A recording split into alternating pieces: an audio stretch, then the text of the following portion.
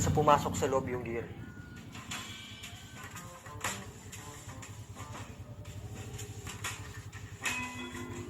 Pero tatanggalin ko muna yung kickstart assembly para makita nyo ng maayos paano ikabit ang transmission assembly. Next, lagyan nyo na ng assembly lube yung mga transmission bearing. Pagkatapos ay ikabit nyo na ang transmission assembly. Ganyan ang pwesto niyan at dapat sabay mong ipapasok.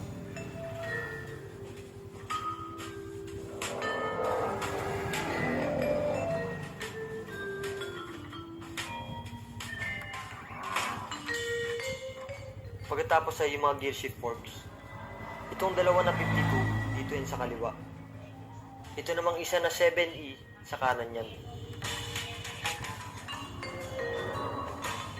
Sa pinakababa, ito namang 7E, dito yan sa gitna.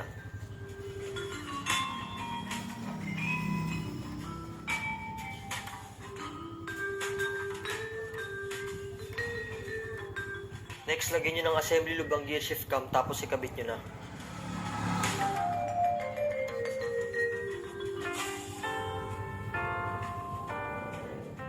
Sa pinakataas at pinakababa nyo din ipapasok yung dalawa.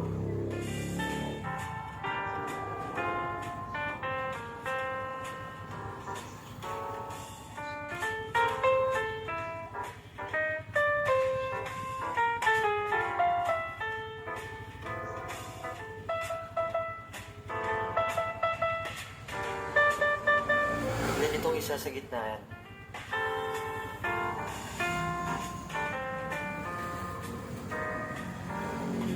Then lagyan nyo din ng assembly lube yung mga shaft tapos ipasok. Next, lagyan nyo ng assembly lube yung balancer bearing tapos ikabit nyo na rin.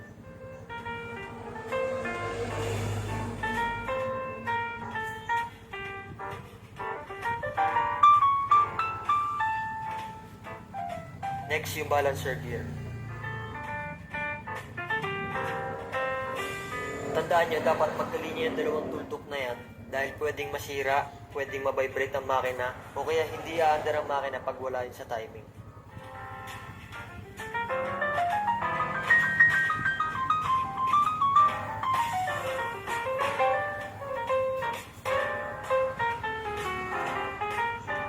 Next, lagay nyo yung filter. Next, yung kickstart drive gear, wave washer, at washer ulit. Then, lagyan nyo ng assembly lube yung mga transmission at balancer gear.